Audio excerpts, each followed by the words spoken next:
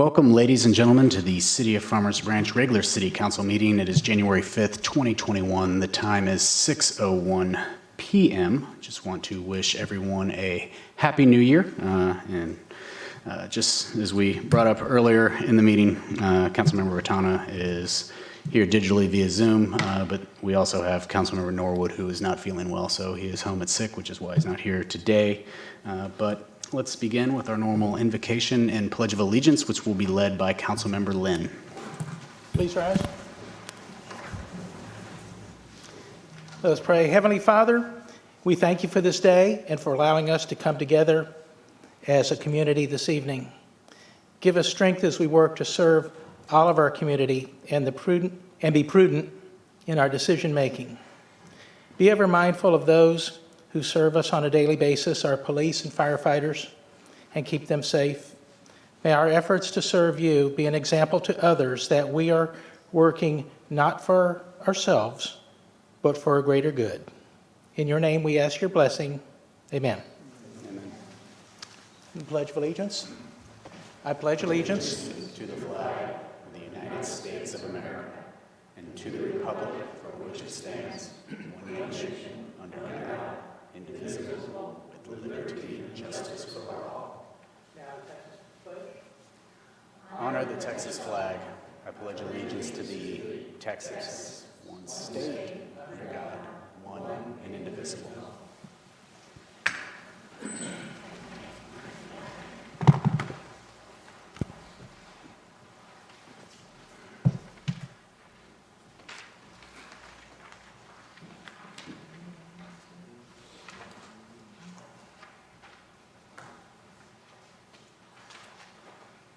So next is our ceremonial items.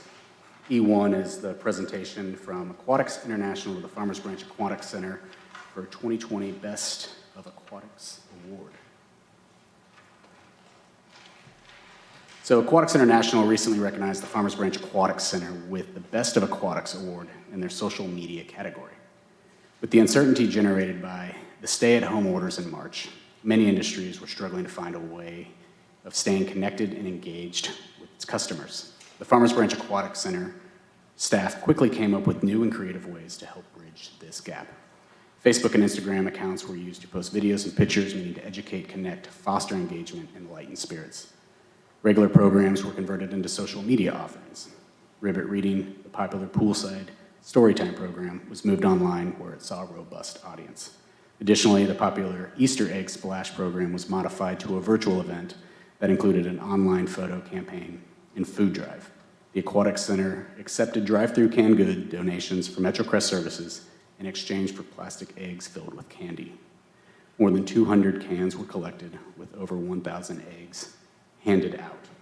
And since the teams are here, I'm going to read the second one as well because they're both with the Aquatic Center as well, and we're going to bring everyone up at one time to kind of share in these awards. E2 was the presentation of the North Texas Aquatics Association to the Farmers Branch Aquatic Center for the 2020 Agency of the Year Award. And so the North Texas Aquatics Association awarded the Farmers Branch Aquatic Center Agency of the Year. The award was given to an agency recognized by the NTAA as having demonstrated the highest level of effective quality aquatics programming. With families spending more time than usual at home due to the pandemic, staff were concerned there would be an increase in child and adolescent drownings. To ensure all children still had the opportunity to learn a life-saving skill, even in the face of the pandemic, the aquatics team created safe, socially distanced programming that allowed children to learn to swim. Several programs were offered at reduced capacity with added safety measures in place. By the end of the summer, dozens of children learned to swim without a single safety incident. Through these efforts, the Farmers Branch Aquatic Center became recognized as one of the cleanest and safest places to go in the summer. And it's just a testament to our staff and their ability to find new and innovative ways to reach our residents and to find places for people to stay engaged when things were so tough. And just having the trust in the staff from the top to the bottom to find ways to open up some of our facilities to give places and people an outlet during that difficult time is just something I know that we're all very proud of, and our entire team is more than deserving of these two awards. And I guess before I help me congratulate our aquatic staff. I do want to offer the opportunity to say a few words. I know Mashburn's back there hiding. Hello, my name is Paul Macias. I'm the Aquatics manager. Just stepping this for our staff. Super proud of them for what they accomplished this summer and what they have done. They have stepped up tremendously and have led by example, and we are proud of them, and they keep a safe and clean environment for everybody. So, thank you. So the two awards, the North Texas Aquatics Association is proud to present the City of Farmers Branch with the award for Agency of the Year Class 2 2020.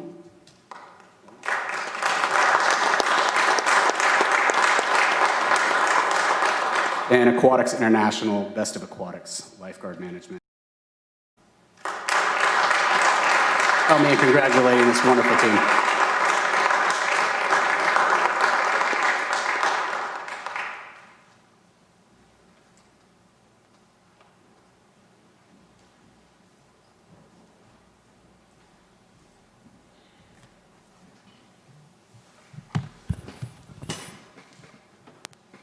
Next is our report on, report on study session items, which will be led by Councilmember Lynn. We had our study session earlier this afternoon, and regarding item A1, Councilman Baumgartner had questions regarding item I6, which dealt with facade grants, and made a suggestion that we consider looking at more highly trafficked areas when making those grants. Councilman Lynn had questions regarding I2, which was the PACE program, and whether the full costs of that program are borne by the program and the applicant itself. There's no cost to the city, and we do not provide any administrative functions on the PACE program. We have had one business in Farmers Branch that has participated in that program.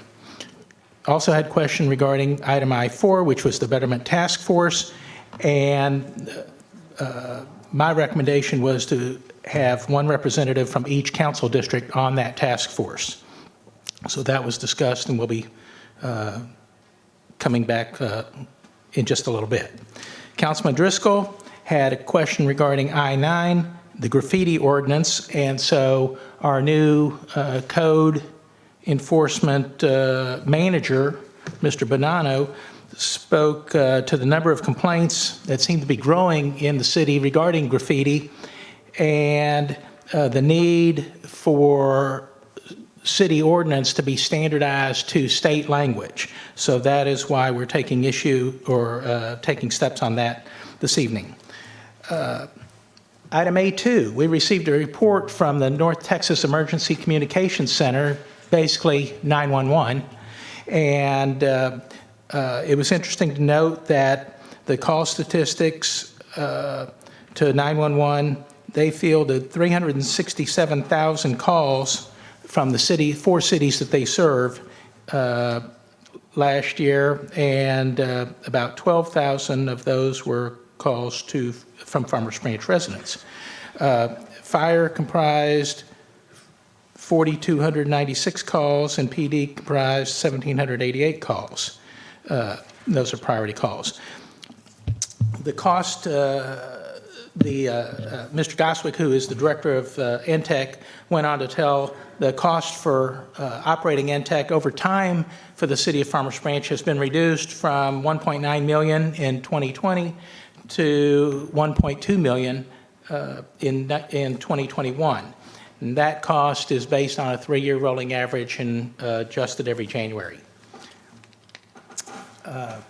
They have installed some new technology that allows them to identify specific locations a little bit easier. Technology keeps evolving, and so they're trying to take advantage of us. There were many questions that related to their presentation. I'm not going to go into those, but know that the city managers of Carrollton, Addison, Farmers Branch, and Coppell sit on the board of directors, and so InTech is overseen by that group, and then receives input from a number of other groups, finance directors of cities, HR directors of cities, et cetera. Item A3 was discussion regarding putting a non-binding resolution regarding trash bins on the May ballot. And this was discussed at some length, and whether other methods of sampling should be considered. Again, this would be a non-binding, no action taken resolution, just a survey, basically. Since only 2 districts are up in May, question was whether it was feasible to do it for 2 districts, or do we allow the whole city to participate and vote in this referendum. We'll be coming back to that at probably the next meeting in January, I guess, with more information. Item A4 was to discuss forming a code review committee. And this would be a group of individuals that would work with code enforcement to review the ordinances that are on the books to determine what is still relevant and what may need to be changed or updated. The suggestion was made to have 2 people on the committee from each council district. And the goal is to have the committee formed in February and have feedback approximately 4 months later to get an update from them, and then granting more time if necessary. Item A5, which dealt with future agenda items, Councilman Lynn brought up the need for getting out information regarding COVID vaccinations to the 1B population. Currently we're 1A, but we have a large over 65 population, and they need information on where to go. And so we're going to try to work, and staff is going to work to try to compile some information so we can get that out to them in a more timely manner and be more proactive as a city. And Councilwoman, it just so happens that Councilwoman Rentana sits on the county task force that is dealing with that issue. So she'll be able to provide some very good input also. And that is my report on the study session, Mayor. Thank you, Councilmember Lynn. Next is the city manager's report on items of community interest. Thank you, Mayor. As part of the national rollout, 100 doses of the Moderna COVID-19 vaccine were delivered to the Farmers Branch Fire Department on Monday, December the 28th. So far, 50 firefighters and police have been vaccinated, and 50 more soon will be, for a total of 100. Like hundreds of other public safety agencies across Texas, our fire department is not able to provide COVID-19 vaccines to the public. However, some Dallas County providers are doing so. Dallas County recently launched an online vaccine registry for people who qualify for the Phase 1A and 1B rollout. For more information, including resources for public access to the vaccine, can be found at the Texas Department of State Health Services website or the Dallas County Health website. The Mansky Library has a new roof and 442 solar panels with an estimated annual output of 300,000 kilowatts per hour. By comparison, an average home uses about 12,000 kilowatts annually. The parking lot across Golfing Green has also been upgraded. More upgrades will soon enhance the library's front plaza, amphitheater, and mezzanine patio. The library will also get new paint, flooring, shelving, a reflection pond in front, and fountains in Rawhide Creek. The entire library renovation is scheduled for completion in May. A new citizen speaker process is now in place for anyone who wants to speak before the council. Speakers are required to sign up at least 30 minutes before the start of the regular council meeting, either online or in person. A time limit of 3 minutes will be followed for individual speakers and 15 minutes for multiple speakers on the same topic. This new process will allow the city to more efficiently run meetings and respond to questions. A code enforcement reminder is being sent out in city water bills this month, reminding residents that holiday decorations must be removed by February the 1st or the first Monday following any national holiday. Bulk pickup is underway this week. Citizens have been advised that artificial or natural Christmas trees can be placed for bulk pickup. Natural Christmas trees can only be placed out for clean brush collection if all the decorations have been removed. And finally, you can sign up for e-news at farmersbranchtx.gov to have current city news and information delivered directly to your email box. And with that, that's the city manager's report. Thank you, Mayor. Thank you, Mr. Cox. Next is citizen comments. As you just adequately described, we do have a new process, but just to reiterate, speaker request forms will be accepted by the city secretary from the time the agenda is posted up to 30 minutes prior to the regular meeting. Individuals will not be recognized to speak during the meeting unless this form has been submitted. This process applies to all aspects of the agenda, including public comments, specific agenda items, and public hearings.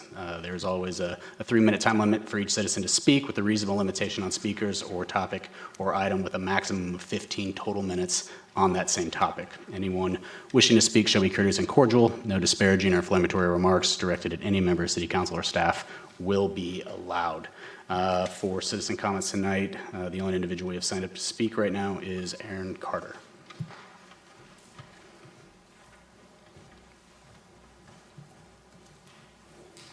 Alrighty, good evening, Mayor and Council. Erin Carter, 3105 Barton Road, MetroCrest Chamber of Commerce. I'll be...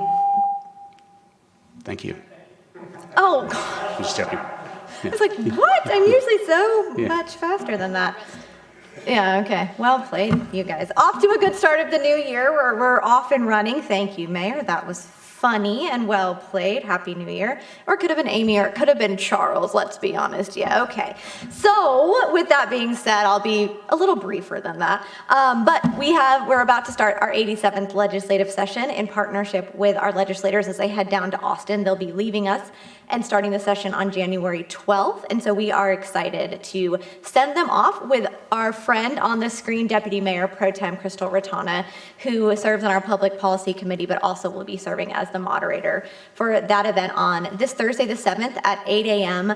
And so if you're interested, we are very appreciative of the City of Farmers Branch serving as a sponsor for that event. And I know that Ben in the back has been helping us with that, and so he'd be happy to give you that information. But more importantly, Amy has copies of this, and I have copies in my folder, but every 2 years we put together a priority guide and a priority list, and so if you're interested, I'd be happy to give you a copy of that. It's broken up into 7 categories. It's economic development, education and workforce, higher education, healthcare, transportation, water, and certainly last but not least, local control. So as a reminder, we obviously take a long-term approach, and we want to help ensure that anything that we talk in terms of business advocacy helps maintain a fair and competitive business environment. So I'm happy to give you all copies. I know the mayor has seen one, as has Deputy Mayor Pro Tem, so is the city manager, deputy city manager, as well as the assistant deputy mayor, deputy city manager. So I'm about to run out of my time, but I appreciate looking forward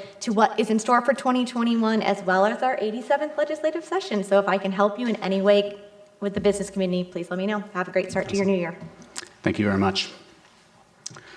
Next is our consent agenda. And before make a motion, have one individual who is signed up to speak for each item on the consent agenda. And so, Mr. Roman, if you would like to speak at this time to any of the items, you may do so. Just name and address, and we'll give you 5 minutes since there's about 12 items here. Sure. And so 10. will we go through each agenda item, or is it just No, gonna be? we take these all at one time. So if there's any one specific item you want to address, you can address just that, or you can go kind of across the board. And it's 5 minutes in total I'll give you 6 since there's 10 for the items. entire agenda? No, there's tons of items. And so as we move through each one, because you've signed up for each one individually, when I get to the public hearing J1, you can come back and speak at that time specific to that item. Oh, I see. When we go to Okay. J2, you can come back and speak to that item as well. Got it. Or if maybe the purpose of signing up for a lot of these was more you wanted to actually speak at citizen comments and have some general comments for the city council in general, I can move back to that and allow you to speak to that. Or if you do want to reserve your spot to speak to each item, you still can. Oh, okay. Yeah, I'm sorry. Thanks. This is my first time, so I really appreciate it. My name is Omar Roman, 2001 Whittington Place. I hope everyone's having a wonderful new year and had a Merry Christmas. I don't have anything to contribute at this moment, but I just wanted to reserve my opportunity to speak given the new rules. So I just wanted to be in compliance with it. But I appreciate everyone's time and attention. Awesome. Thank you so much. All right. With that, I will make a motion to approve the consent agenda with I-4 as amended earlier to add one council member per district to the Betterments Task Force. Do I have a second? Second. A second by Councilmember Baumgartner. Any more discussion? All in favor? Aye. All opposed? Passes unanimously. Next is our public hearing, J1. Conduct a public hearing and consider approving resolution number 2021-004 for a detailed site plan amendment with special exceptions for a restaurant retail development on an approximate 10.1 acre tract located on the south side of LBJ Freeway, approximately 1,200 feet east of Luna Road, and discuss Mercer Crossing development performance schedule and take appropriate action. Mrs. Paz. Thank you. Jennifer Paz, lead planner. One day I'm going to write one that's just going to get you all tongue-tied, so I'm waiting for the opportunity. That was very good. Good evening, Council, Mayor. As mentioned, this item is a request to amend a detailed site plan for a restaurant retail development on 10.18 acres tract known as the Boardwalk tract. The property is located within PD 99, which allows for the proposed uses. As you all were here at that time, or most of you were, this site plan was before you almost a year or over a year ago, and was previously approved by Resolution 2019-182 on December 10th of 2019, and that is on your screen, correct? No. I'm we sorry. need to- Did we need to I share. failed to share my screen here, didn't I? Okay. My apologies. Okay. Perfect. Okay. There we go. So that now is on your screen, that approved detailed site plan. As I mentioned, this request is to amend that detailed site plan. On your screen is the proposed detailed site plan with those modifications. The purpose of this modification is to remove a drive that was proposed on the westernmost side of the property, and also to allow for modifications to the parking lot due to the removal of that driveway.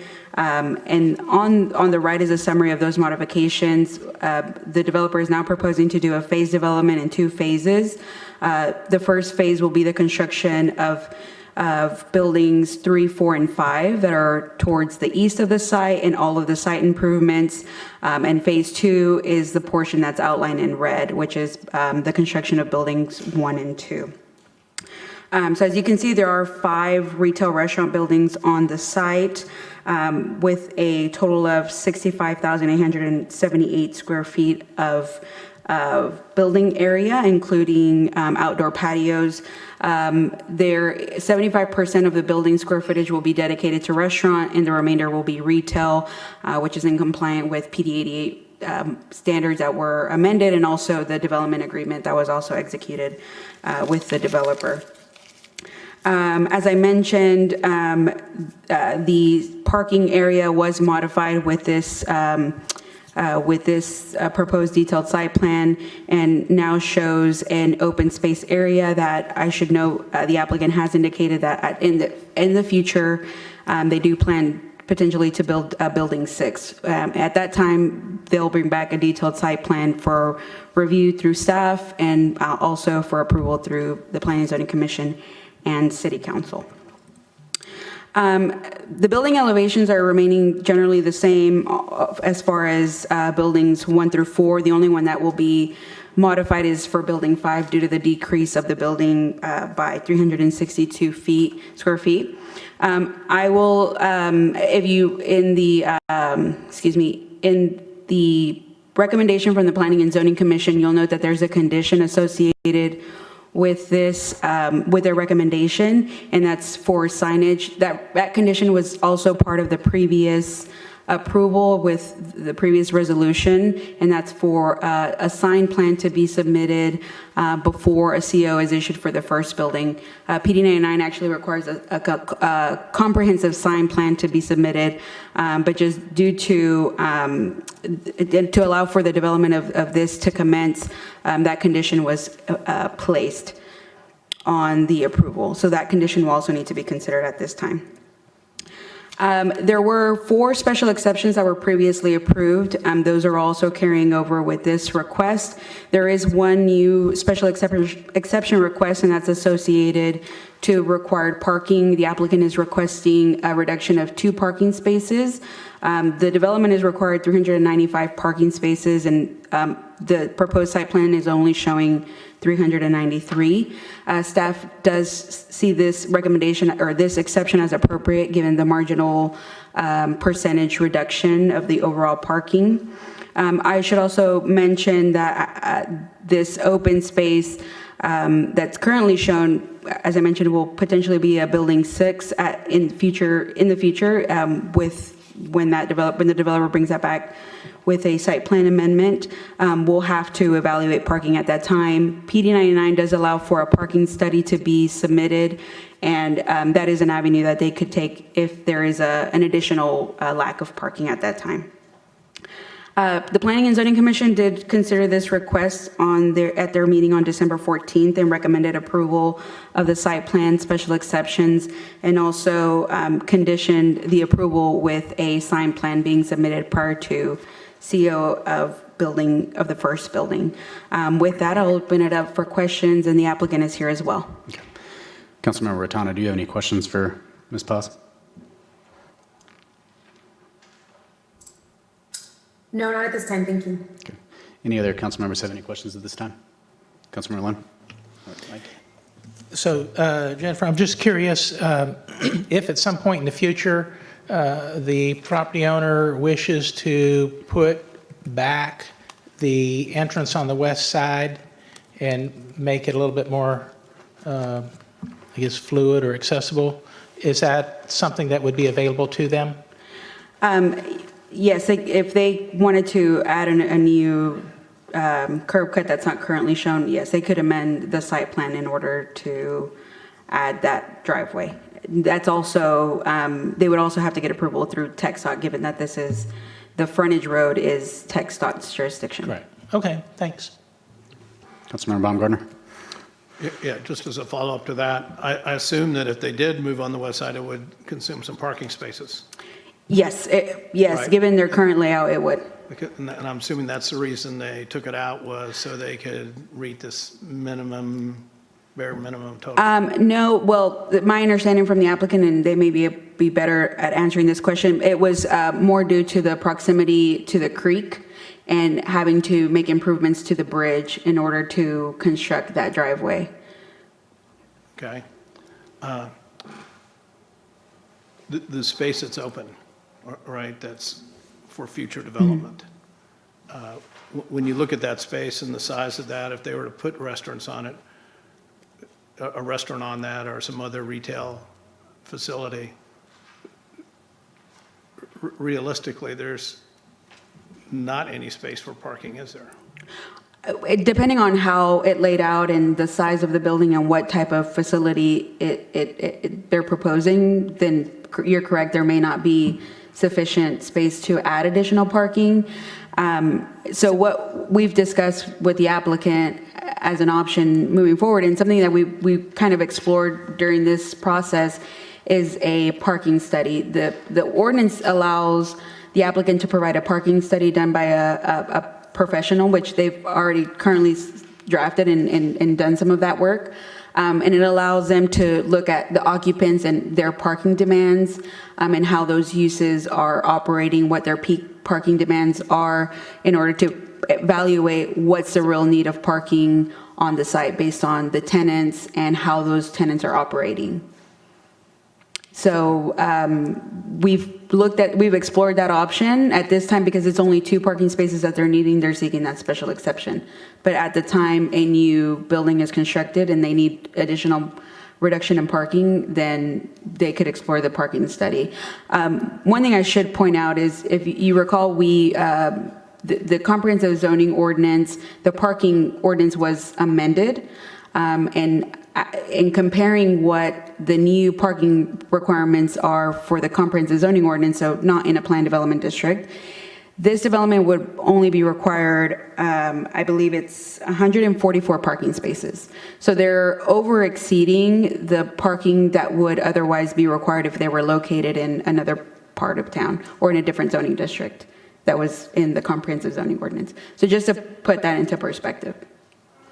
Okay, thank you.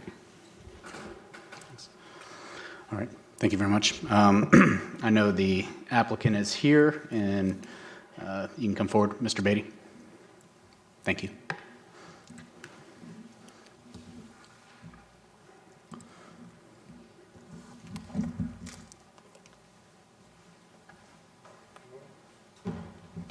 Just name and address, please. I know the drill, but. Michael Beatty, 1800 Valley View Lane, Farmers Branch. Good evening, Happy New Year. Happy New Year. Before I do a little quick presentation, can I address the 2 questions that were just asked? Certainly. Okay.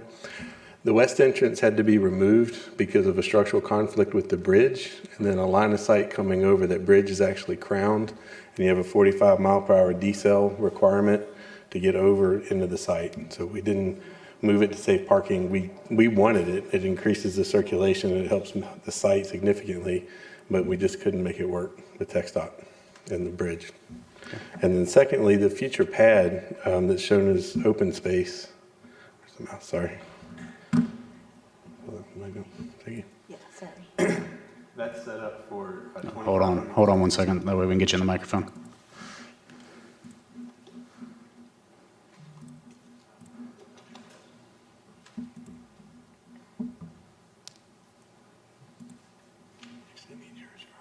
Yeah, this one, okay. Let me know when you want to switch. It's planned for a 2,500 square foot quick service restaurant, fast food, and we have already done the parking study with the Chez Otang. They're a licensed professional engineering firm for these types of studies.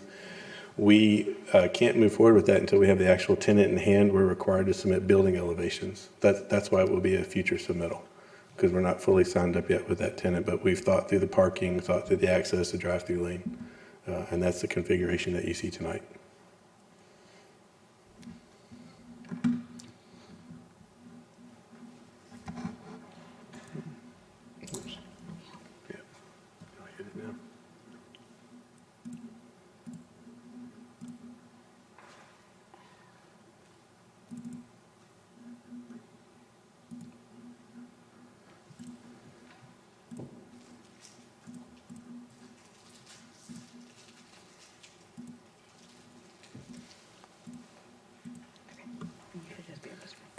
Thank you.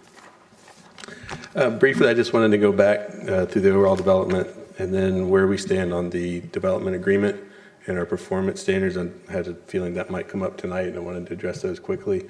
And also here with us this evening is Ron Corcoran. He's actually the president of Essex Management. They oversee the HOA and POA for Merced Crossing, and he's here to answer any questions that might come up as well. This is actually the completed amenity center, our main amenity center that was finished a while ago, but that was one of our performance hurdles previously met in the developer's agreement. And this is just an overall aerial from 2015. There was not much happening here when we first started working on the project. Went through a couple rounds with the zoning. Thankfully, we were successful with the zoning process, and we were able to move forward with the development in 2017.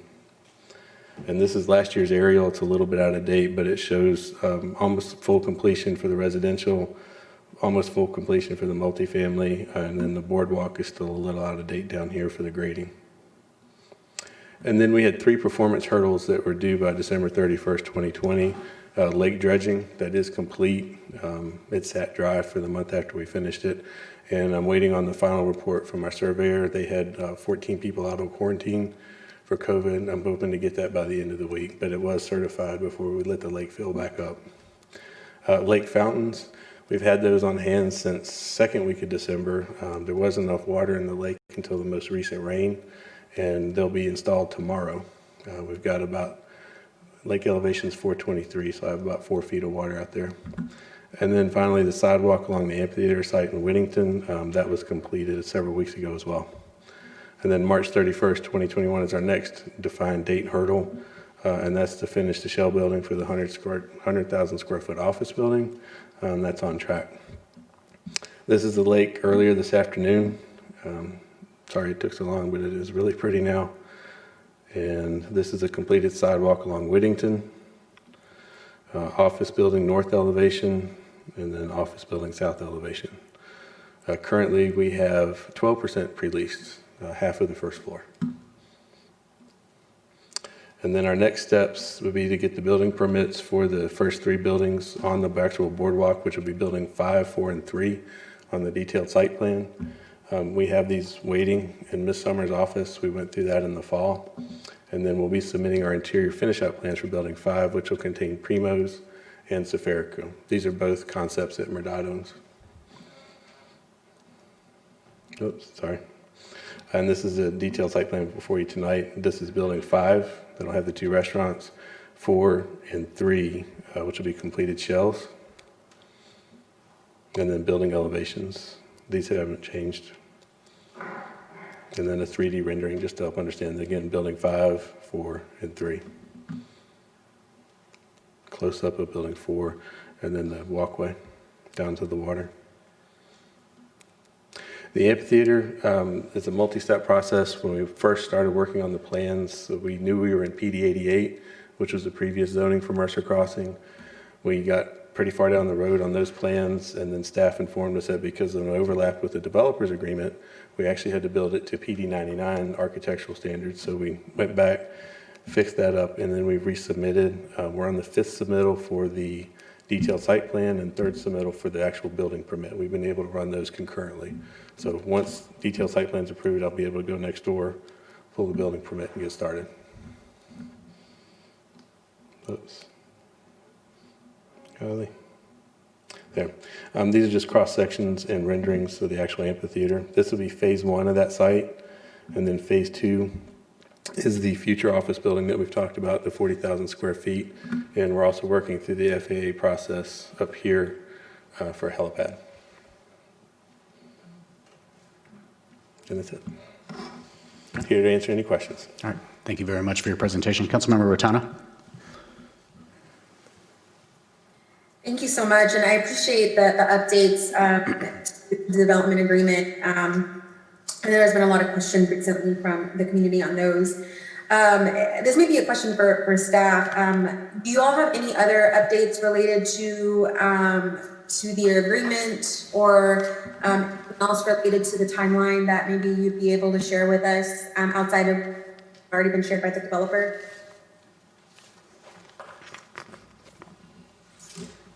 Is there something specifically you're interested in? I mean, there's no other updates other than what Mr. Beatty already explained. No, I just wanted to make sure they match up with what you all have been working with as far as the agreement goes, and just wanted to see if there were any other insights you wanted to share related to the projects and happenings, because I know this is definitely a project of interest in my district, and so I just want to make sure we get the entire scope of what's going on, especially for those listening in. So just wanted to give the, staff the opportunity to add any other insights, any other details that you think would be of interest to council or to those that are listening. I'll open the floor for someone else if they have to add. I'm sorry. Go ahead. Mr. Councilwoman Rotana is referring to the attachment to the agenda item that has, it's like a 1-page slide that kind of has the... I have that, yes. All right.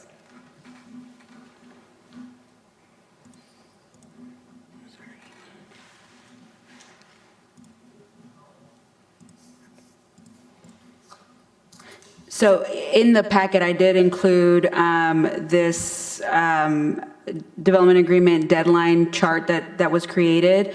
I've updated since I created that for the packet. So this is the most up to date. You'll see that the sidewalk on Whittington is now completed. But the lake dredging and the as-built and the installation of the fountains is in progress, so that has not been completed. There are also other items such as the 12-foot wide hike and bike trail that is just south of the boardwalk track. That's also has been reviewed and is in progress as well as the office building. So there are a few more outstanding items, but those are just associated with the approval of the site plan and the building permits for the boardwalk track. Got it, thank you. And as far as the timeline goes, and this could be for you or for the developer, do you feel they're still on track to ensure that they complete the items that have been mentioned in accordance with the agreement? I'll let the developer answer that question. Yeah, sure, thank you. Yes, ma'am. Office shell building will be finished well in time.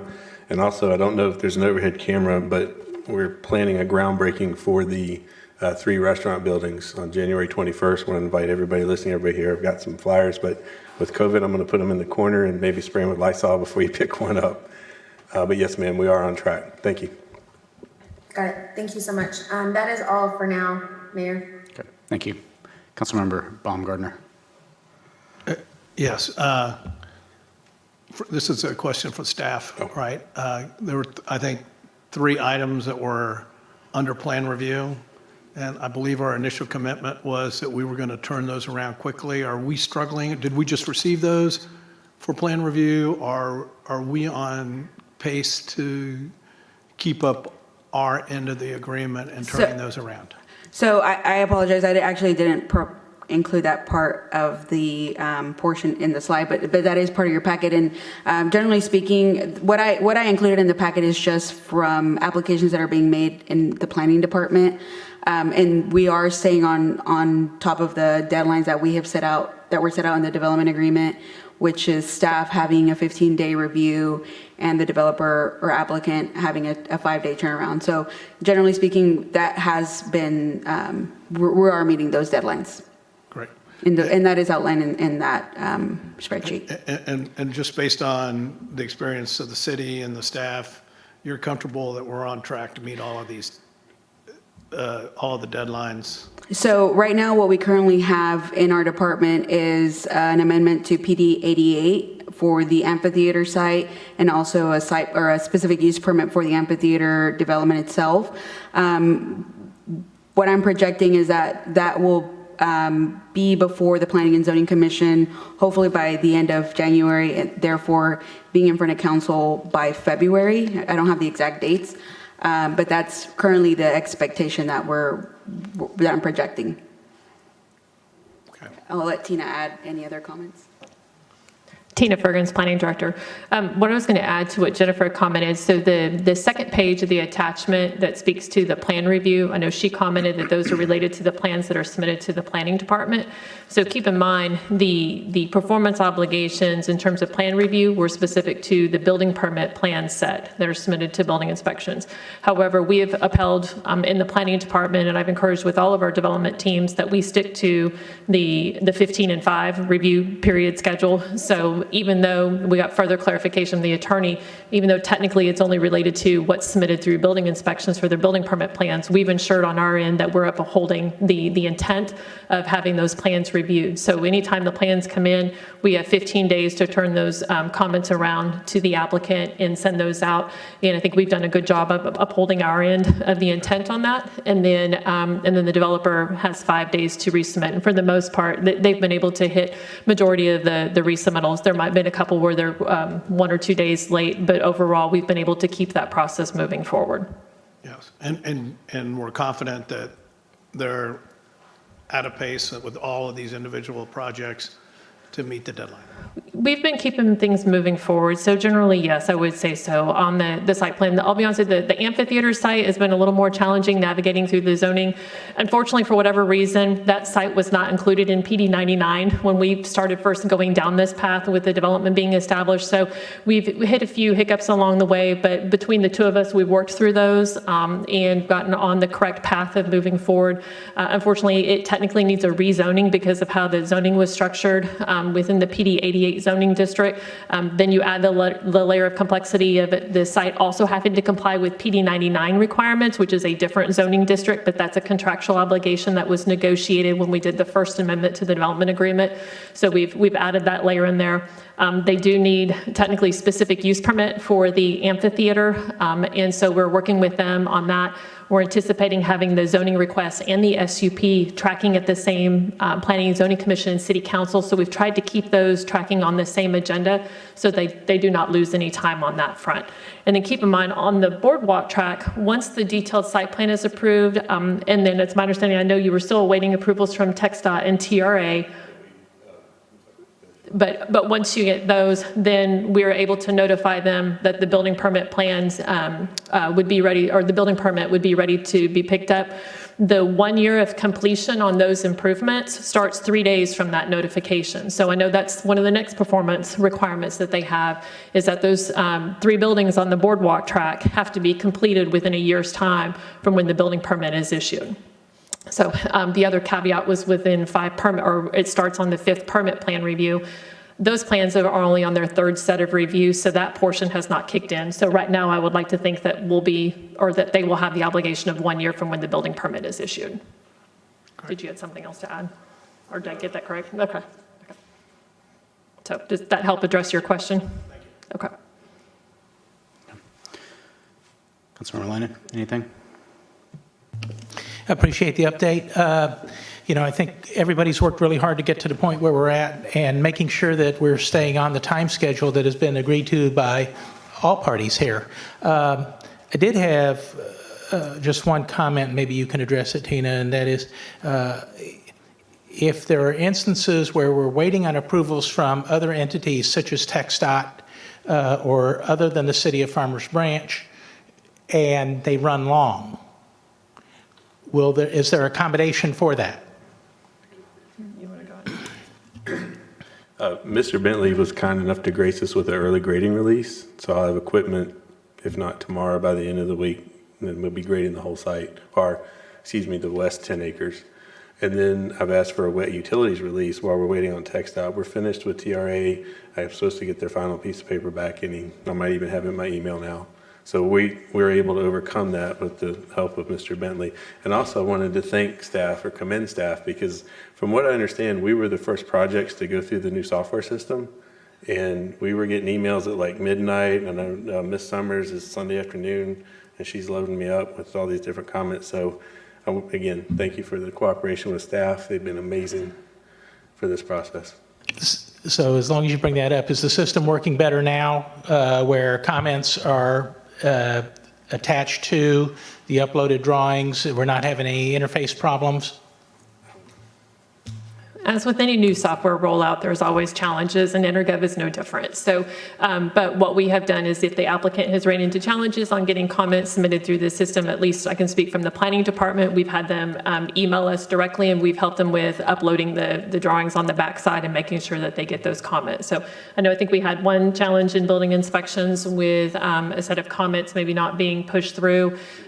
Somehow the comments were lost, unfortunately, and that's painful for the folks that are doing the plan review when you lose your comments in a software system. So I know she's having to work on getting those put back together and reissued, and she did get those to you? Okay, great.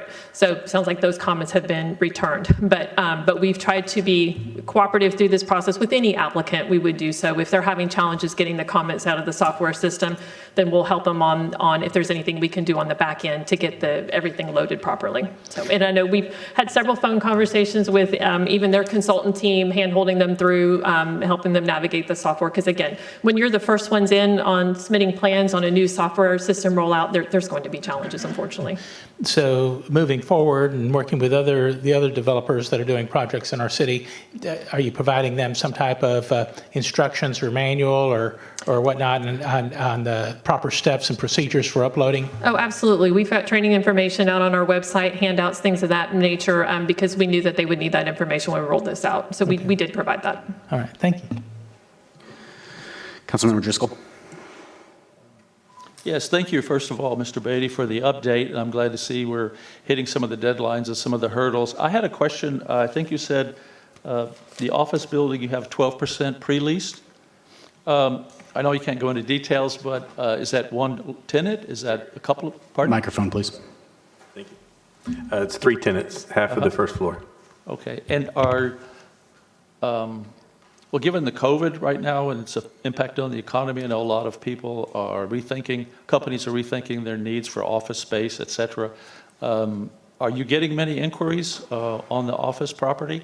No, sir. Okay, thank you. Thank you very much. We have a few citizens signed up to speak. First is Rinkesh Desai.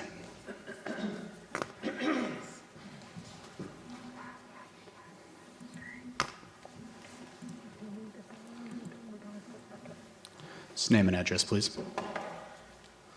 Hello, my name is Rinkesh Desai, 1753 Hanover Court, Farmers Branch 75234. And you started my timer a little earlier. It's okay though. So I'm going to try to wrap this up in 3 minutes as quick as possible. The west side entrance, we believe it should be included as part of the plan as we roll out, primarily because of traffic concerns and just regular safety concerns that it may cause by not having that additional entrance. Now, if we can do a deep dive, find out why exactly, it's not happening, or if there is an alternative, maybe in the future to put it in, what will that look like? And just have some sort of a plan accordingly to that. The other item that I wanted to bring up is one that we just discussed, which is the site plan for the amphitheater as well as the office building that's going up. As one of the council members just brought up, there is some concerns about whether or not office buildings are going to be sustainable in the near future. The current one is only 12% occupied. We're also very close to a residential area. So building that amphitheater right next to where all our houses are, I live about 7 houses away, and we don't really have any control over the amphitheater or what's going to happen over there, and whether or not the rest of the area that the HOA and the housing development community actually manages, if there's going to be any destruction or any issues with our properties or anything to that extent. So there's a lot of concern from our residents in regards to that. We took a poll, found out from the residents on how they feel about that amphitheater being built. So I would like to have, the city council also take that into consideration and see if we can work with the homeowners that live there currently and see if we can build together something that will be utilized for everyone. And I also noticed that there's a helipad that was possibly going on the site. That's a concern because people are already frustrated with the train noise as well as the airplane noises. And another thing we wouldn't want is a helicopter driving across our house. So with those concerns at hand, there's also another concern, and I do mean it with all due respect. I don't mean any disrespect to anyone here or to the council, but the residents do have some concerns around the HOA paying some of the maintenance fee for the medians. We also found that, the HOA is covering the median costs, but the apartments may not be covering it. And to get a little bit more offensive, I apologize again. There are some concerns around the finances of the HOA. And so the Essex team, we provided a certified letter to get a open records request to get more details on the finances, because we're finding things such as pool equipment and landscaping costs that should be included in Centron's building costs when they initially brought out all the items that we had displayed. So my time's up, so I'll end it there. Thank you so much for seeing me, and I hope you can take some of these into consideration. Thank you very much. Next is Neil Patel.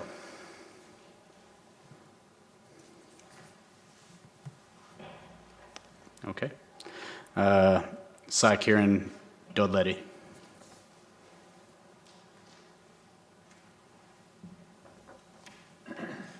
Name and address, please.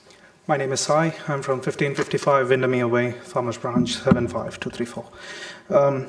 Good evening, everyone, the Council and Mayor. I'd like to add additional points to what Rinkesh Desai has actually added. Is from the townhome side, the HOA, would they have significantly increased, that is by 300%, and versus what they have been so far serviced or probably promised to serve the community is not matching. The developer is also responsible for the empty lots, but not the existing owners, is what I'm trying to stress on. The townhomes are, okay. The Essex management has agreed that they could not estimate or foresee these spikes, because of which they are increasing the HOA fee, is what they have given in one of their pamphlets. This is something which is concerning, because we are expecting that these costs are actually to be calculated before they make such kind of math. But unfortunately, these were not told to the residents before these properties was purchased. I moved in the month of April. None of these details were mentioned to us. And now a sudden increase of 300% is alarming to us. I request the council to look into this concern. Thank you. Thank you very much. Next is Omar Roman.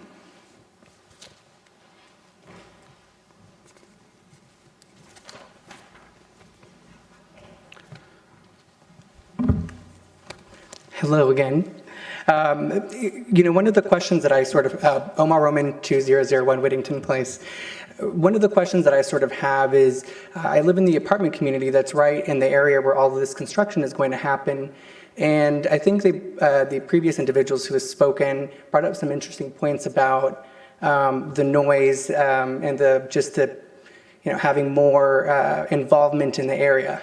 Well, one of the things that has been quite concerning recently is that the apartment complex has seen an increase in crime, and it's been so much that they've actually hired private security to monitor the area from certain periods of time and on certain days when they expect that certain crimes may occur. So given that there's going to be an increased level of attention in the area from all these things being built, I wonder if you guys maybe have considered what the police, if they're going to have to have more of a presence in the area because of this, especially given that there's going to be an entertainment district that's going to be built on the other side of town that might divert some police resources on the other side of town. So I just didn't know if that was into consideration, but if it wasn't, I urge you guys to consider it. I appreciate your time.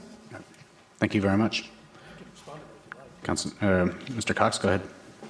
Yes, Mr. Roman, in particular in that question, last year for the first time, realizing that the development was occurring on the west side, we established a new police beat that was kind of staffed on a part-time basis. And this current fiscal year, which started October the 1st, that became a full-time police beat. So we have hired additional officers, established a police beat, a geographical area just on the west side to provide additional oversight by police officers in that area. And I know the chief's in back if there's any other further questions, but I knew that answer, and so I just wanted to respond to that right away to let you know that is that's something that staff as well as council are very aware of. And we planned not only from the police side, but from the fire side as well. That fire station that's on the west side was put in place many years ago with anticipation of development. So we'd be prepared when development occurred, and it has occurred.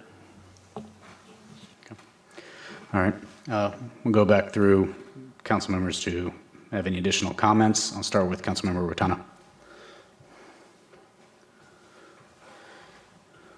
Our West Side Merced residents for joining us tonight and bringing up those concerns. As y'all know, I too live on the West Side. Mr. Roman, I too echo your sentiments related to crime. And with that, I would like to bring up the developer if possible to see, because I know that we've talked about the amphitheater and we've talked about the fact that it would be, it's going to be run by Centurion. However, you would allow for Mercer, but also the city to have events there a certain number of times a year. But I wanted to know if you have taken into consideration other avenues to ensure the safety of our residents. One of the things that has occurred on the west side is I think some people have visited, and maybe that's kind of they've seen the area, and it's a very nice area, and so crime has gone up. My bikes were stolen out of my front of where I live, and so just wanted for you to have the opportunity to speak to any other measures that you're going to be including once the amphitheater goes up, especially when there are events, to ensure the safety of our residents in our city in this area, or something that you all are talking about or currently working on. Hello. With the larger events, we will have additional security staffing available. That would be when we have a full or maybe 75% full event. But beyond that, I know that Merdad has worked with the other residences about having like the private security stuff, but I don't think any discussions have been held out here for Mercer Crossing. What about limitations as it relates to the timing of such events?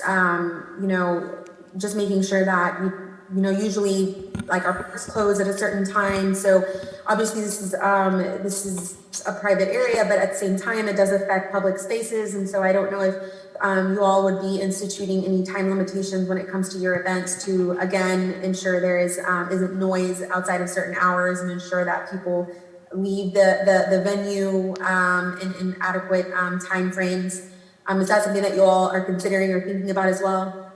Well, when we work through the zoning process for the amphitheater, that would give us an opportunity to establish the use guidelines and those time frames, times for use.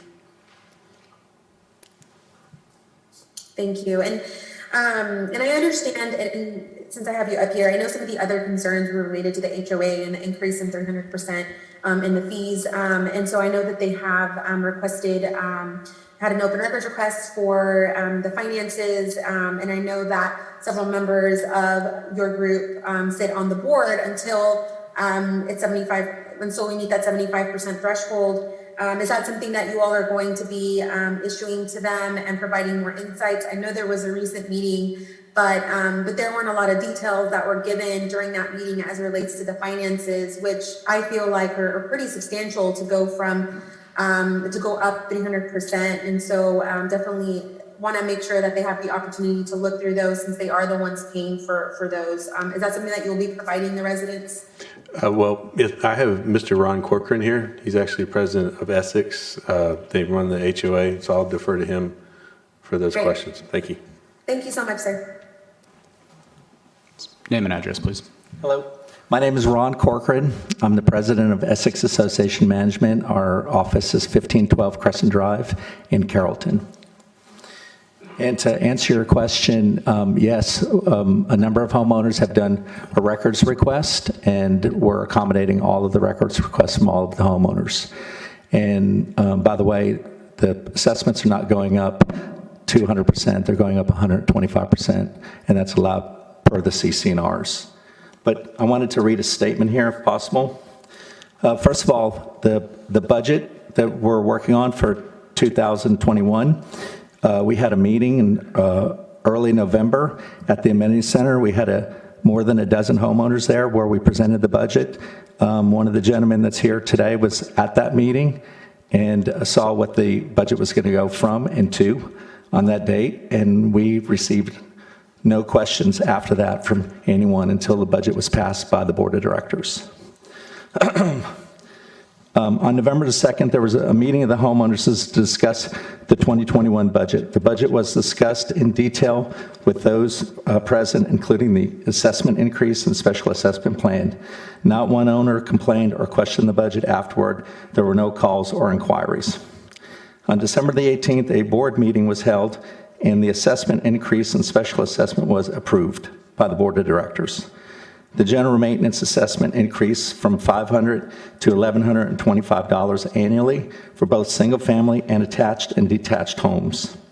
Merced Residential is a community that will consist of 992 single-family attached and detached homes. The community spreads over 247 acres and has an abundance of common areas and amenities to be maintained.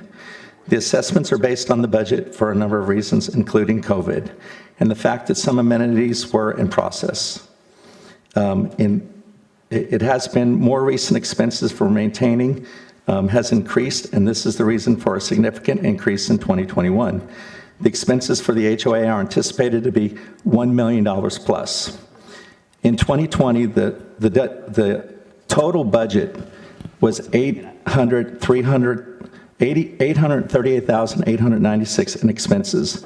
As of today, $759,322 have been incurred in actual expenses. The 2021 budget anticipated is $1,499,825 in expenses that are due to the increased landscape and neighborhoods, grounds, and amenities. There are at least 34 acres of park and amenities and 31 acres of open space throughout the development.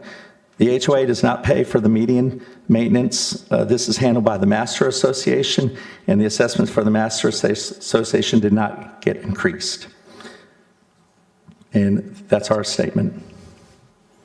Okay. And I can answer any questions. Councilmember Rotana. Yeah, so I think, during the statement that you made, you talked about there were no questions and the board approved. I think part of the issue, though, is the fact that there is no representation right now from the residents on the board. And so they're not really able to make any recommendations or rather anything. And I think, I can tell you, I've been on boards and I've read through a lot of financial statements, but also understanding that a lot of the residents may not have had the time and or the knowledge to be able to go through those and understand exactly where everything is going. And so, and I know that and I think moving forward, you all need to kind of be a little more vigilant as it relates to the budget and really provide more time to break that down. And kind of talk through where everything is going, because it is a quite large ledger. And so that's something that also I think that the meetings, to my understanding, were also very, very short and they were very, very back to back. And I've attended HOA meetings whenever I was with the city of Dallas, and those meetings could last for a couple of hours, even just going over the budget. And so I just don't think that's really that's good form as it relates to, especially when you're increasing funds to this even over 100%. It's still an increase, and it's a rather substantial one. And I think one of the biggest things that were being discussed is related to the landscaping cost. And I'm not sure how many quotes were given for that in particular, but that cost was astronomical. And so I just feel like there needs to be a little more transparency as it relates to the happenings with the HOA. And I know there's been discussions related to them being able to even get access to having a board member on the board even prior to the 75% threshold. At least having one or two members be allowed to be on the board, I think will pay dividends, because we really do need to ensure that there is a voice from them on the board to be able to help in making these decisions. And so I really encourage you all to consider that. And happy to continue the discussion offline, but especially with some of the promises that were made in one of the meetings prior to the signing of the master development agreement, there were some promises that were made to some of the residents that weren't really fulfilled, because they were advised that Centurion would be making some of the payments to some of the amenities from their own pocket. And so I really would unfortunately, we as a city, we're very limited on what we can do from an HOA perspective, but I really do encourage you to ensure that there is more transparency. And this is something that I definitely would like to talk to you, Michael, about as well offline, because I think there needs to be a deeper dive when it comes to the budget for the residents, because they are the ones paying into it. And so just encouraging you all to see, and I would like an update from you, sir, or maybe from Michael, that you have made the request and really put some thought into having some of our Mercer Crossing, maybe one or two members that have been very involved to be able to sit on the board and maybe just be able to, and maybe even as an advisory capacity, just to ensure that there's some transparency, because having a 15-minute meeting to talk about the budget is just not acceptable. And so I don't know if you have any comments that you'd like to make to some of the comments that I've made. Sure. I'm going to stop you Yes, right sir. there. Unfortunately, due to the scope of this agenda item, getting into that HOA matter and the budget and stuff, it's a private issue, and this conversation needs to continue offline. And so the recommendation from Councilmember Ratana for Centurion, you all, some homeowners, and everyone to get together and have that conversation needs to happen. But I think, we've everyone's gotten a chance to express what they need to hear. There are some concerns, and I think we need to address that at another time, because the issue at hand here is this site plan and moving through Yes, sir. there. And so I appreciate you being here and having Can I that say one small thing, just to reply? It's not a rebuttal. We are planning on having 2 more homeowners come onto the board early, and we also are creating a committee for finance. So that's already in the works, and we would love to meet with you, and we would love to figure this out for the community moving forward and have more transparency. Thank you, sir. I appreciate it. Thank you, Mayor. Thank you very much. If I went over and not stayed on the issue. I just know that it was brought up by the constituents, and so I just want to make sure that we address it. So I appreciate it. Understood. And that's why I let you finish, because you were on a roll. Thank you so much. I appreciate it. All right. Does anyone have any more comments as it relates specifically to the site plan or the performance schedule? Yes, I have a question about performance schedule. Go ahead. And that is, when do you expect to get to have sold 748 homes? We were at 450 last fall. When will we get to that? When will we get to that level? The next hurdle was in 651, If you can give me just a second, Ms. Summers sent me the COs that she has.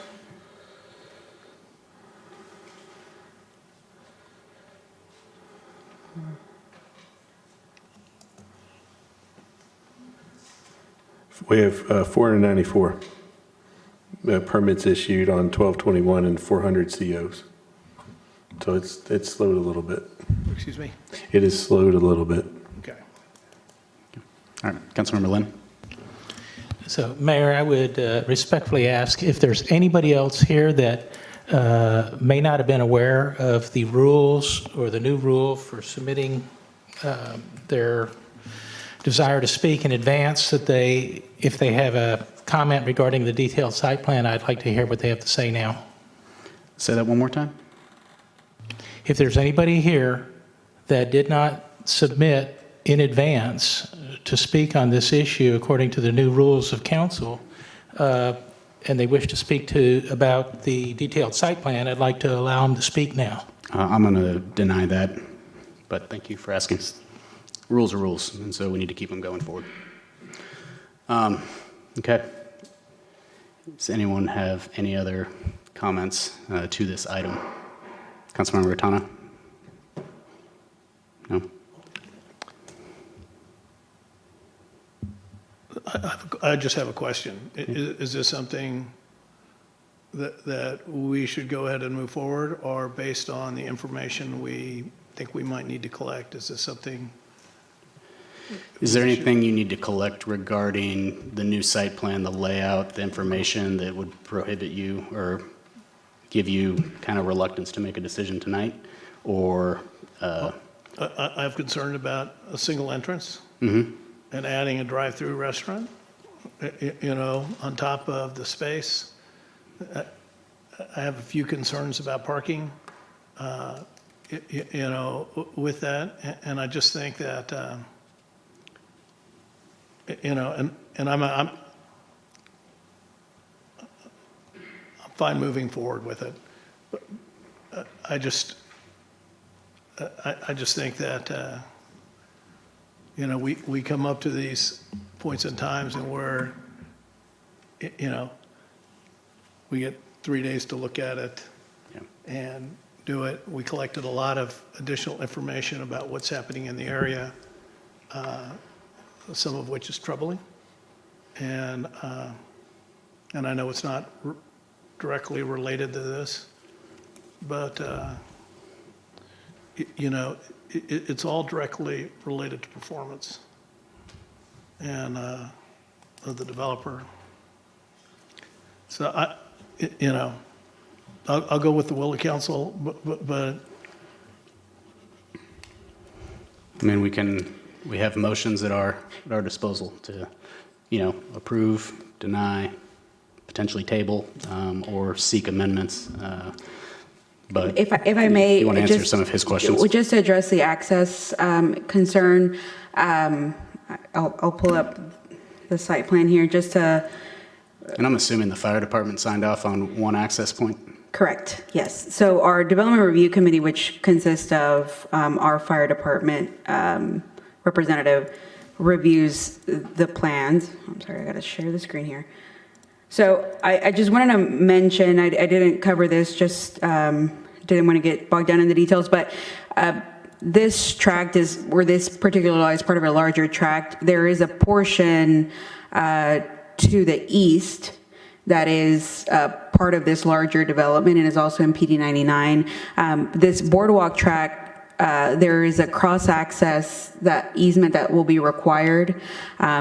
And it's anticipated that that development to the east will also have an access to the frontage road. And so that would allow this access easement would allow for the cross-access, therefore giving this commercial development 2 points of access to the frontage road.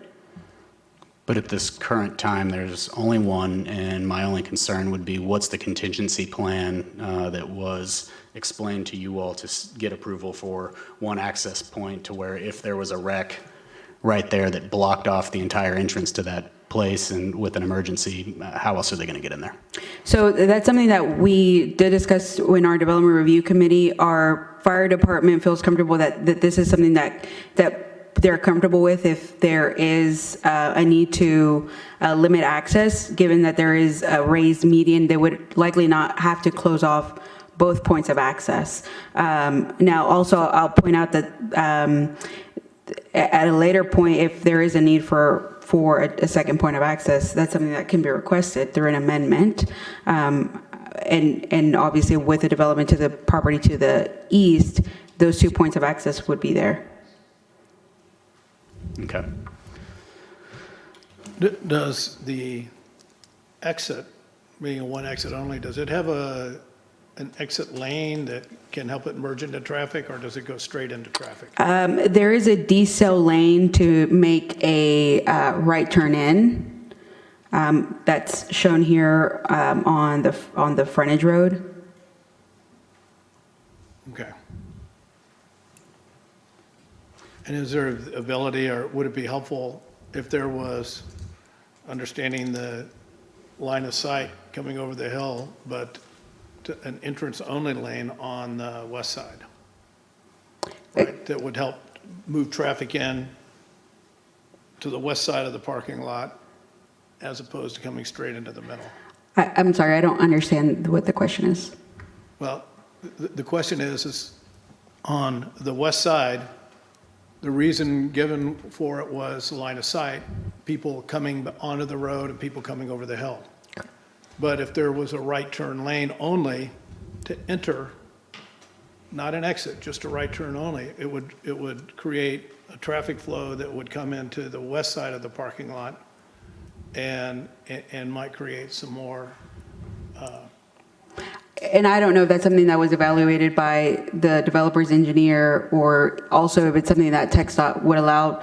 Keep in mind that this is TxDOT's roadway, so those are all things that TxDOT would have to sign off on.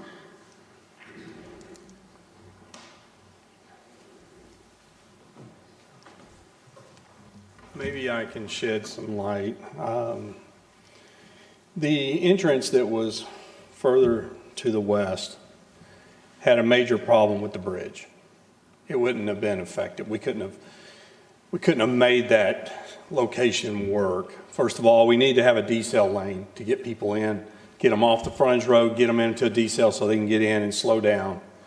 We couldn't have an effective decel lane coming off that bridge to make that work.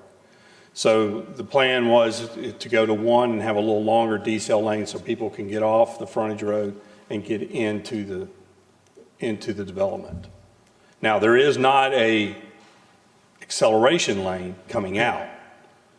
Okay, there is not in that case. I don't necessarily believe that that is warranted. Really, the problem you have is people slowing down to come in, not people getting out. It's more the people coming in because they do have to slow down, and that way they're able to get off the main road, get into the decel lane, and slow down enough to turn in and not interfere with traffic flowing. Yeah, but people will be making a right. Their view can possibly be somewhat inhibited by the cars on the decel lane coming in. And well, and generally speaking, in pretty much all decel lanes are like that. You find them everywhere. But the car that's coming out has the ability to pull up a little further because that decel lane is indented in. So actually you can see past that decel lane. Your visibility is not impaired by the car coming off the roadway. okay. Councilmember Lynn? Well, that was the whole reason for my question earlier, to make sure, but which was answered earlier. You know, for these exceptions, according to what I've read and what I remember, we had already approved and given verbal approval agreement at one of our earlier meetings. The only difference now that I see is 2 parking spaces. And I know the residents have been clamoring to get action moving forward on this. I feel like any other delay is just going to increase tensions between residents, developer, city, everybody. And we need to move forward with this. I would say, and like Councilwoman Rentana, I have questions regarding the HOA setup. I live in one. I happen to know very well how they operate. That's a whole separate issue at this point. We're only concerned with the site plan. And that's what we should be dealing with, not the finances of the HOA and how they're spending their money. We'll get to that because I think we'll have some meetings about that afterwards. So I just felt necessary to say that much and try to move forward tonight. Two parking spaces and 50% of the exits, right? That was the other thing taken away, was that the west exit, entrance and exit, which is 50% of the ability to get in and out. So I don't disagree with you. I'm ready to move forward if everybody else is. Okay. Councilmember Driscoll, do you have anything? A lot of my concerns and questions have been addressed. This is not an easy one from any perspective. It seems though the city is signed off that as far as safety issues of entering and exiting the property, that will be okay. And this is, as has been said, for the site plan, not the other issues, which are important. Yeah, there's no perfect solution, but I do think there's a lot of demand that people want to move ahead and have the other amenities.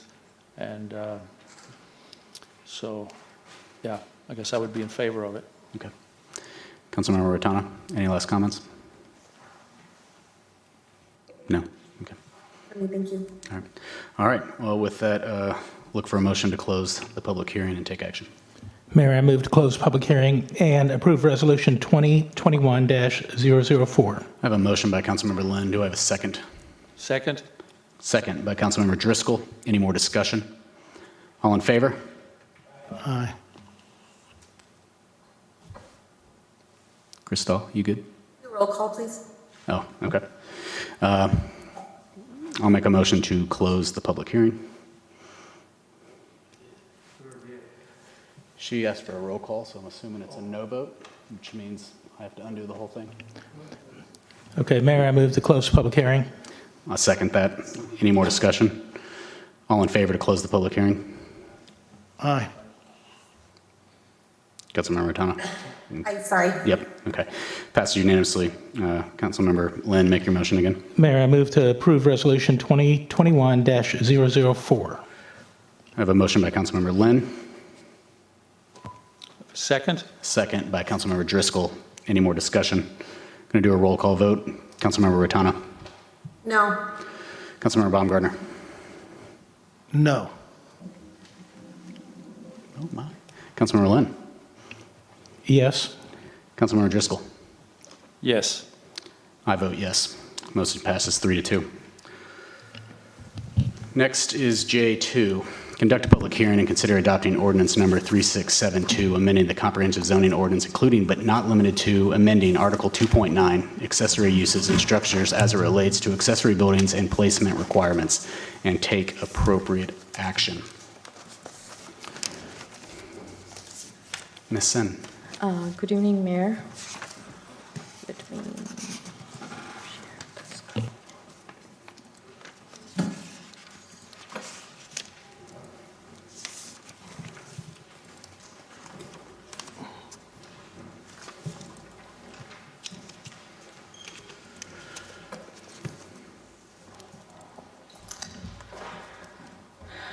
Good evening, Mayor. Thank you. Shrupa Sen, Senior Planner. The accessory structures or the CZU amendment regarding accessory structures in front of you tonight. These are some of the current requirements regarding the accessory structures. So we have two types of accessory structures defined in the CZO, attached and detached. Attached are defined as physically attached or within 10 feet of the main structure.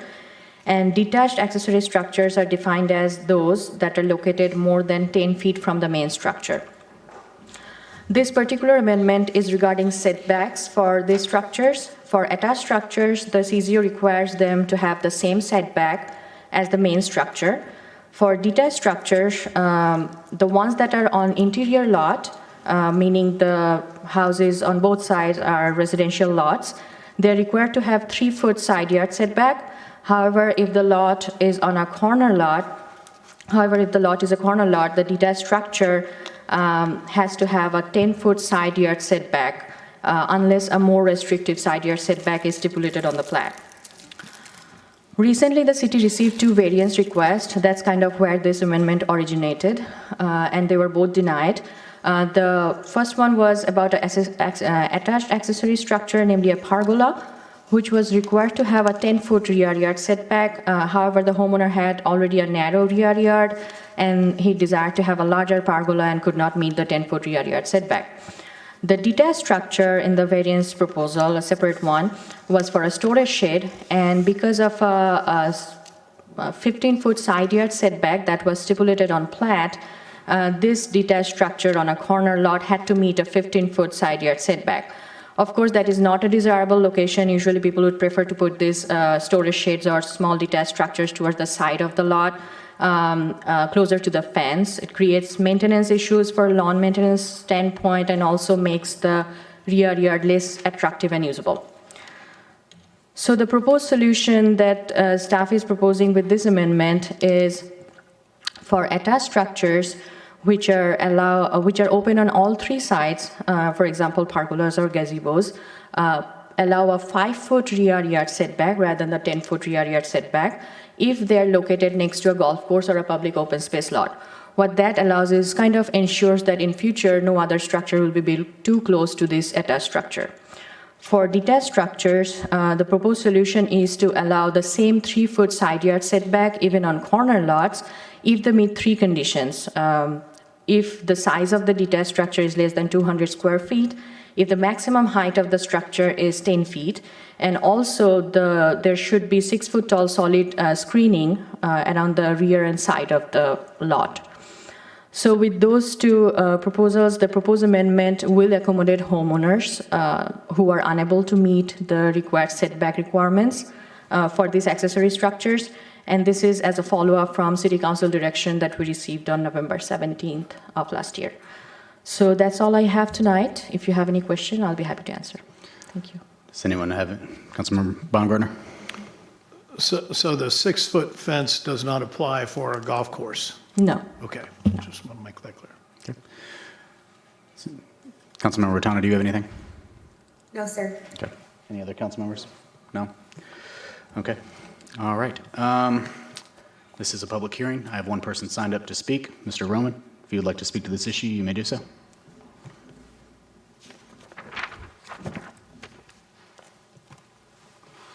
Hello, we're almost there, almost done. I appreciate everyone's time and consideration of my request to speak. I don't currently have anything to contribute at the moment, but I appreciate the opportunity to speak. Have a good night. Good night. All right. We have no one else signed up to speak at this time. So with that, look for a motion to close the public hearing and take action. I'd like to make a motion to close the public hearing and adopt ordinance number 3672. I have a motion by Councilmember Baumgartner. Second. Second by Councilmember Lynn. He beat you to the punch, sorry. Any more discussion? All in favor? Aye. Aye. All opposed? Passes unanimously.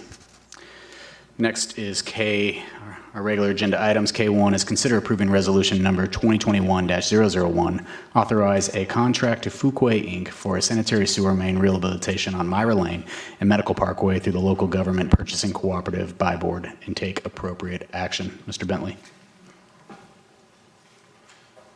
Mark Bentley, Director of Public Works, Mayor, members of the council. Again, here we are chipping away at the I&I problem we have in the city, just trying to get it all taken care of. This project you have before you is one of the, let's see, this was for the Myra. My copy I've got is kind of out of order. For Myra, that's one of the probably the worst sewer lines we have in the city. Every time we get a storm, it overflows. And so we are going to take care of that problem.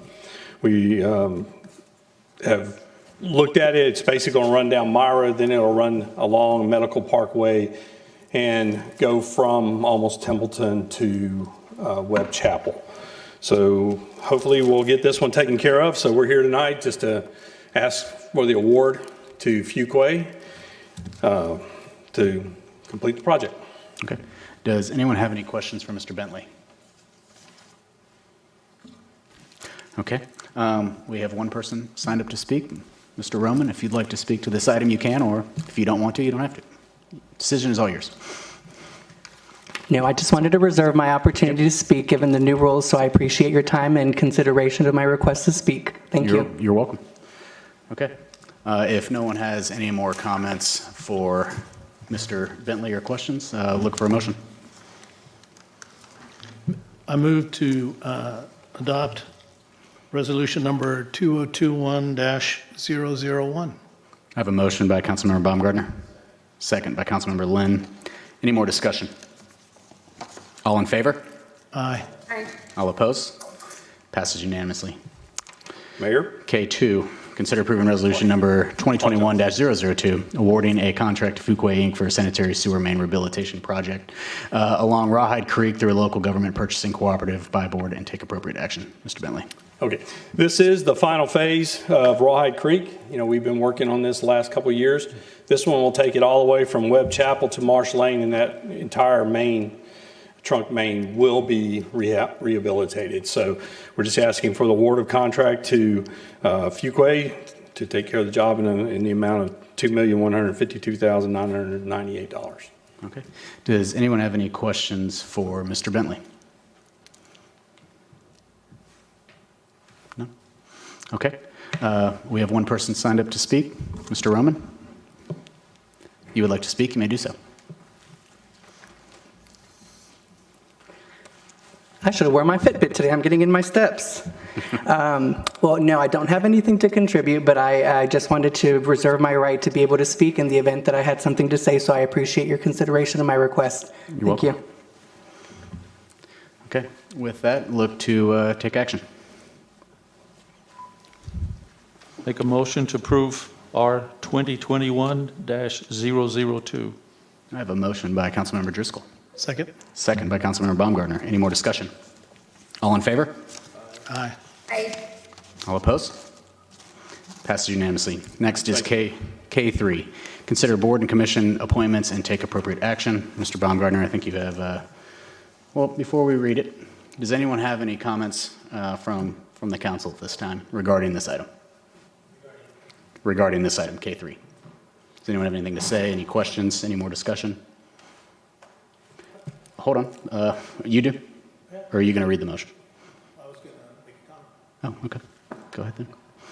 You know, regarding this appointment for Planning and Zoning Commission, and we spoke with 4 candidates today, and they were all outstanding. Just they were all outstanding and worthy. They're all people of great. They would all have contributed to the council. We're only able to pick one, but we need to find places for people like that and keep smart, bright people that want to serve the city, find places for them. So that was my comment. Okay. Very well said. With that, we have one person signed up to speak. So, Mr. Roman, if you would like to speak to this item, you may do so.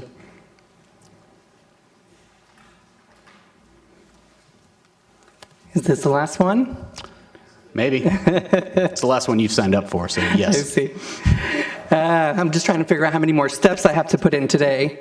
I don't do a lot of walking in my job. I just sit at a desk most of the time. Happy we could help. But I appreciate the opportunity to speak. I just wanted to preserve my right to speak in the event that something did come up that I had a question on, but I don't at the moment. So I appreciate it. Thank Awesome. you. Thank you very much. All right. Unless anyone else has any comments or questions, this item is marked for action. Councilmember Baumgartner, I think you have the motion. I move to appoint the following to Planning and Zoning. Andy Jones as Commissioner number 5 with an expiring term of June 30th, 2021. Patrick Byrne as alternate number 1 with an expiring term of June 30, 2023.